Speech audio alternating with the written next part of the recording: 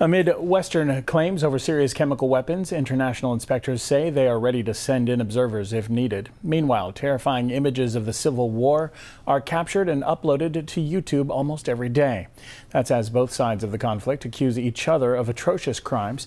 For more on this, we are now joined by Ken Stone from the Hamilton Coalition to Stop the War. Mr. Stone, hello. Thank you very much for being with us.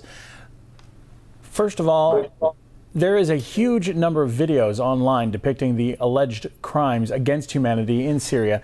Is it possible to verify any of these images? The war crimes committed by the mercenaries hired by Hillary Clinton and funded by the Gulf monarchs are well documented and verified by Syrian state TV, Iranian state TV, and independent journalists. I don't think there's any doubt about their veracity. They do cause two problems for Hillary Clinton, however.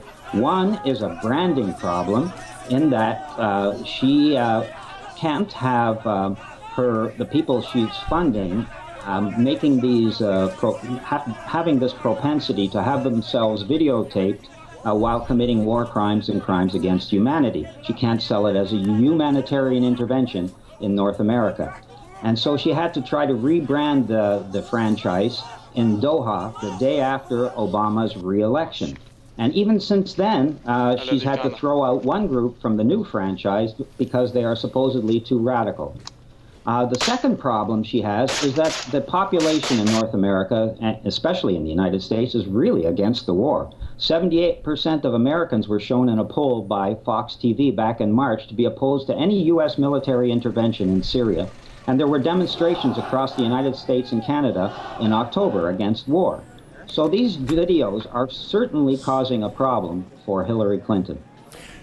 Well, talking about Hillary Clinton and the U.S. involvement, you mentioned the U.S. is against involvement in the war. Do you think that the use of chemical weapons in Syria would be that red line issue that would maybe gain popular support for the U.S. to go in? Well, I think you hit the nail on the head.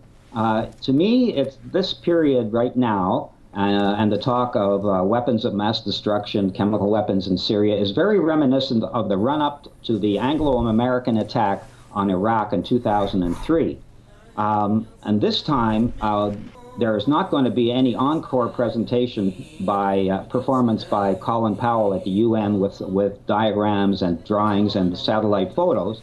In this instance, Obama and Hillary Clinton would like to go in with both guns blazing.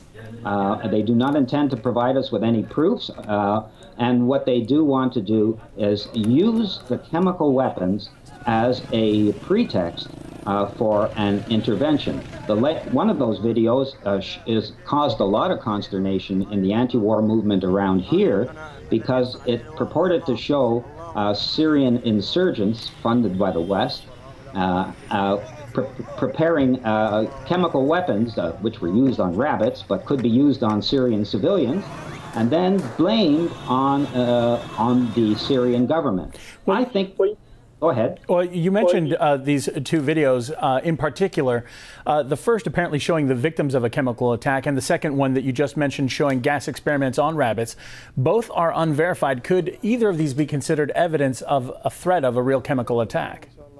Well, that's my point. The United States government, NATO, the Canadian government under Harper, they don't intend to provide any more proofs about alleged weapons of mass destruction in Syria than they did about any of the pretexts they used in about Viagra, African mercenaries, etc. in Libya, or ties to Al-Qaeda in Afghanistan. The purpose here is to create hysteria and to rush in Wild West style with both guns blazing and start an intervention. And by the time it's over and it's proved later that there weren't any, it was all false, the evil deed is already done.